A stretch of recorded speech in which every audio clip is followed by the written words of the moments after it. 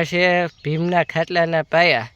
આપ જોઈ શકો છો તેમ વિશાળકાય પાયા છે ભીમના. જે કોઈ ન જોયા હોય તેને આપણે આ ભીમના ખાટલાના પાયા બતાવી. ગામ છે મીઠી વીરડી, ભાવનગર ડિસ્ટ્રિક્ટનું મીઠી વીરડી ગામ છે. ત્યાં ભીમના ખાટલાના પાયા છે. એક પાયો થોડોક તૂટી ગયો છે. 4 પાયા છે ખેતરની અંદર આવેલા છે ભીમના પાયા. આ તો જમીનમાં દટાઈ ગયેલો છે આ પાયો. જોઈ શકો છો એમ કેમ મોટો વિચાર છે ને. મેં નહોતો જોયો, મેં પહેલી વાર જોયો. હું તમને બતાવું.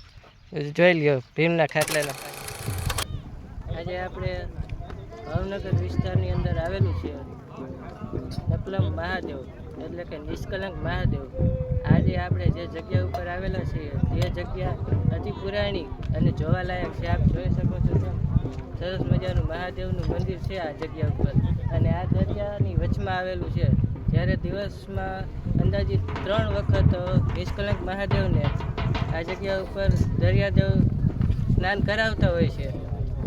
આજે પણ પૂનમ છે તો પૂનમના દિવસે જ્યારે 12:30નો ટાઈમ થાય ત્યારે આ જગ્યા ઉપર ફૂલ પાણી આવી જતું હોય છે. અને તે દરમિયાન આ જગ્યા ઉપર કોઈ અવર જવર કરી શકતું નથી.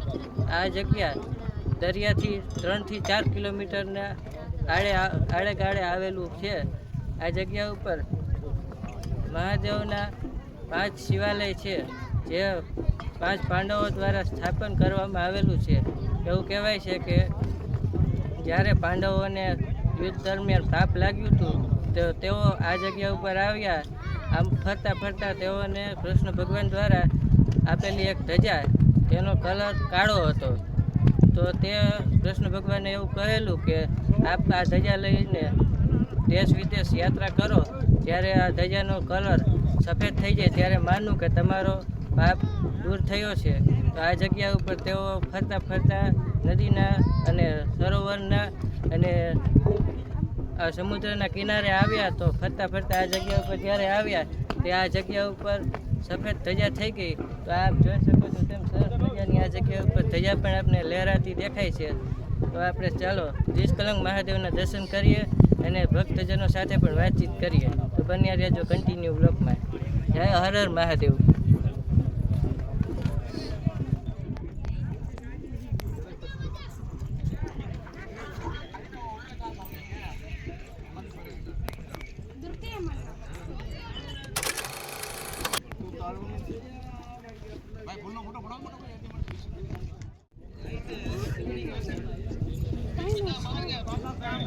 ચારો કે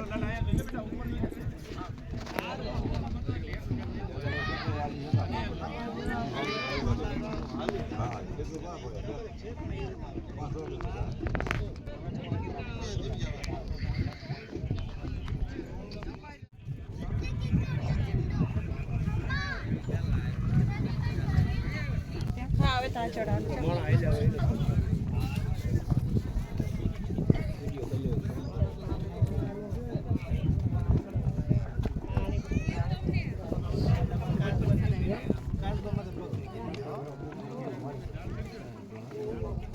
ટેપતા નહીં કાંઈ એમ ફરી નાખજો. કપાય નહીં પણ અહીંયા ઘાસ બોસે કપાય નહીં કહો એમ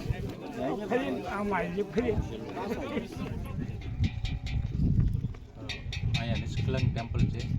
અમે નિષ્કલંક ટેમ્પલ ફોટોગ્રાફી કરીએ છીએ અને 20 રૂપિયામાં પ્રિન્ટ કાઢીને આપીએ છીએ. દાદા, અમારી જય રાનલમાં યુટ્યુબ ચેનલમાં આપનું હાર્દિક સ્વાગત છે. ભાવનગર નજીક નિષ્કલંક મહાદેવનો થોડોક ઇતિહાસ આપણે જાણવાની કોશિશ કરી રહ્યા છીએ. જ્યારે જો કોઈ જૂના મંદિર હોય છે ત્યાં હું જાઉં છું અને તેનો ઇતિહાસ આ દર્શકોને જણાવતો હોઉં છું. મારી ફેમિલી એમાં 750 સબસ્ક્રાઈબર છે. અને હાલ આપણે નિષ્કલંક મહાદેવનો ઇતિહાસ જાણીશું.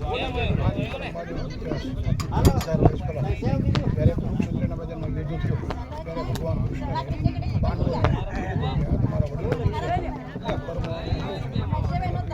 તમારા દરેક પાંડવોએ પોતપોતાના ભગવાનના કહેવાથી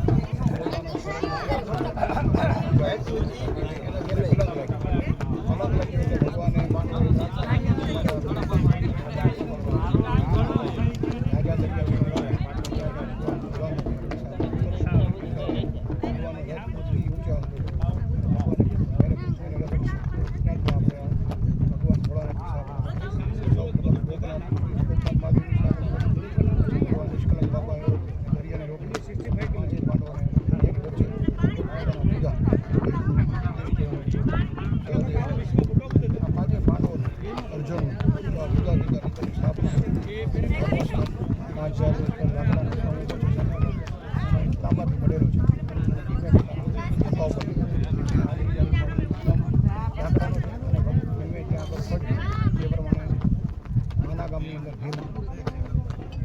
ઈચ્છા કે પથ્થર હા અમે હમણાં સ્કૂલના પાયે જોઈને આવ્યા એ માટે ભગવાને સ્થાપના કરી અને પાંચે પાંડવોને કલંક વગરના બનાવ્યા 5000 ભગવાન ભગવાન દરિયાની વચ્ચે રોજ સવારથી સાંજ સુધી પાણી આવે સાંજ જાય બધા પાંચે રીંગણે કોઈ વસ્તુ ઘટે નથી. આ મોટો મોટો ભગવાનનો સાક્ષાત્કાર અહીંયા ગમે તે ધર્મ કાર્ય કરી પિતૃનું કાર્ય કરી કે કોઈ પણ કાદા કરે તો ભગવાને સહાય થાય છે અને દરેકને કલંક વગરના બનાવે અને પોતાની તો ઉદ્ધાર કરે પણ પિતૃનો પણ ઉદ્ધાર કરે અને અહીંયા આવ્યા પછી દરેક દરેક યાત્રા કર્યા પછી ભગવાનની કલંક વગરની યાત્રા ન કરી તો યાત્રાનો ફળ શાસ્ત્રમાં બાર ધામની યાત્રા દ્વારકા ગઈ, બદ્રિકા જાય અહીંયા આવી તો દરેક યાત્રામાં બાવડું પકડવું હોય તારે પકડી ને આમાં મને ના પડે કે બાવડું